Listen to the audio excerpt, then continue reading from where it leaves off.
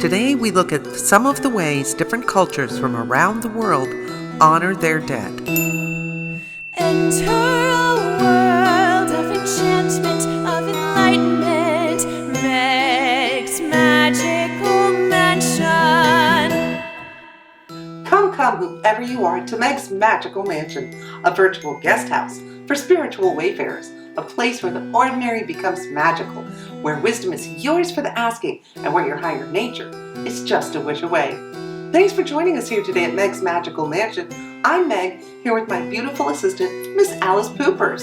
And of course, we're joined by my beautiful parlor maid, Miss Parfait. Sure. As Samhain approaches this year, we've been looking at ways to connect with our loved ones who've passed on. Samhain is that special time of year when connection and communication with the spirit world is easiest, as the veil between our worlds is thinning. And last week we showed you how we held a Dove Supper, a special dinner to connect with your deceased loved ones. If you want to check out that episode, we'll leave a link at the end of this episode. And this week, we're looking at how different cultures from all around the world honor their dead. There are so many interesting traditions from all over the globe.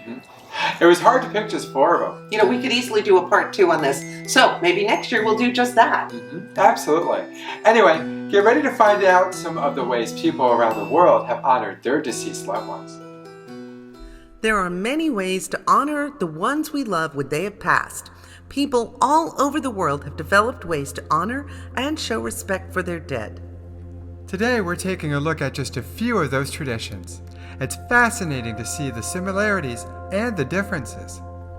We all have loved ones we truly care about who are no longer with us here in this sphere. Being able to love and show our loved ones how much we care, even in death, is very meaningful and important. Our first stop is Indonesia, where the Toraja people have a special celebration to honor the dead called Matnane. Matnane is a week-long celebration usually held after the harvest season. This ritual is important to ensure a good harvest for the following year.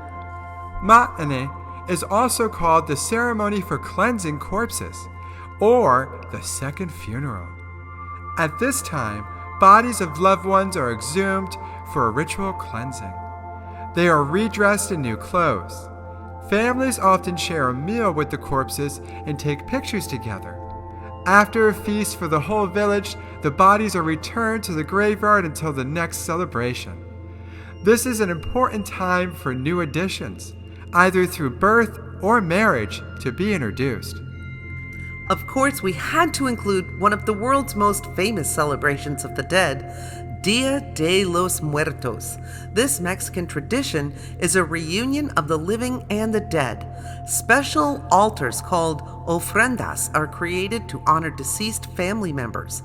These are traditionally decorated with marigold flowers, photos of the deceased, as well as their favorite food and drink.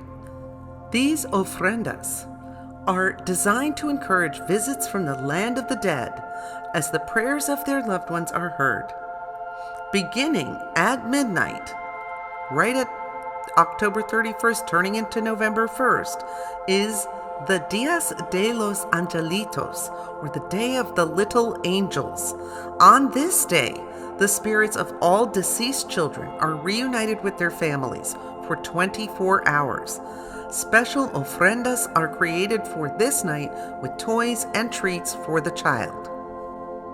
And at midnight of the following night, as it turns to November 2nd, it is the Dia de los Difuntos, or the Day of the Adult Spirits. These celebrations are a bit more adult, with tequila, mezcal, pulque. There's plenty of jokes, dancing, and games. And of course, the final day is midnight of the following evening. As we turn from November 2nd to November 3rd is Dia de los Muertos, or the Day of the Dead. This is the public celebration with parades and cemetery visits, people dressed with calavera face paint. The graves are cleaned and decorated with marigolds, sugar skulls, and gifts. Picnics with pan de muerto and other treats are held at the gravesite. The highly colorful and recognizable art and symbolism are the hallmark of this holiday. Our third celebration comes from East and Southeast Asia. It's the Hungry Ghost Festival.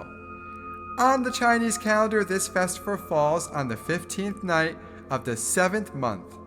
That was August 18th in 2024 and will be September 6th in 2025. This holiday is a celebration of both Taoists and Buddhists. It's a day when the gates of the underworld are opened, allowing the spirits of the dead to visit with their loved one. The 7th month is known as the Ghost Month. People do things to honor and care for their dead all month long. Items are offered to the deceased to help them avoid bad situations in the afterlife. This is the time to avoid new beginnings of any kind.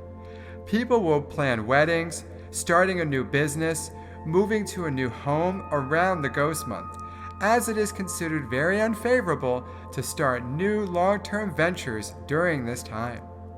This is a time for remembering, looking back, and learning from our ancestors. Ghosts are not viewed as scary or bad. They are just your loved ones who have died but have not been reincarnated yet. And they don't like to be referred to as ghosts. They are called good brother or good sister. This is also a time to pay respects to ghosts who have no living family members. Spirits without living family members are considered homeless. Their mouths will shrink to the size of a needle.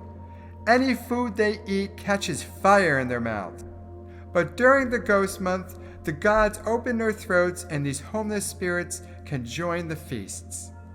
Tributes are held to honor all the spirits in the area. These are large community gatherings held at the temple. People bring their tributes and lay them out on tables. The priests chant a mantra and invite the spirits to the feast. People make tributes to the Earth Palace, the ancestors, the spirits, and their home spirit deity. Lanterns are also a big part of the celebration. Sky lanterns, water lily lanterns, and house lanterns are all just some of the different kinds of lanterns used. These lanterns help guide deceased family members towards reincarnation. And the last celebration we are looking at today is the Viking Halloween, known as Alfablot. This festival became popular back around the 8th through 11th centuries. It's kind of the Norse equivalent to Samhain. It's also called the sacrifice to the elves.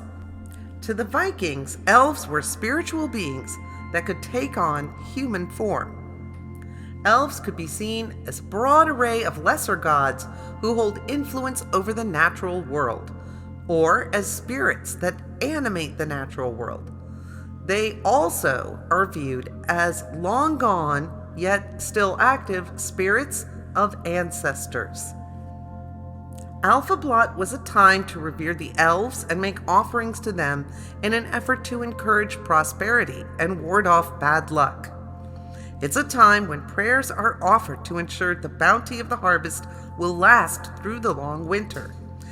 Gifts and offerings are important to make sure the wheel of reciprocity turns in the right direction. The word blot means blood, so many of the early offerings were animals that were ritually sacrificed and then cooked for the feast. Other offerings could include weapons, jewelry, first fruits of the harvest, or simple things like butter or ale. Elves are closely associated with the ancestors and with their burial mounds, and Alfablot rituals are very private family affairs and are usually conducted behind closed doors. Outsiders and guests are not welcome at this very personal time. Freyr is an important god at Alfablot celebrations, as he is the lord of the elves, and Odin is the god of the dead, so he is also a very important deity at this time of year. There are many more ways people around the world honor and care for their dead. Today we shared just a few. How does your culture revere the dead and honor their ancestors?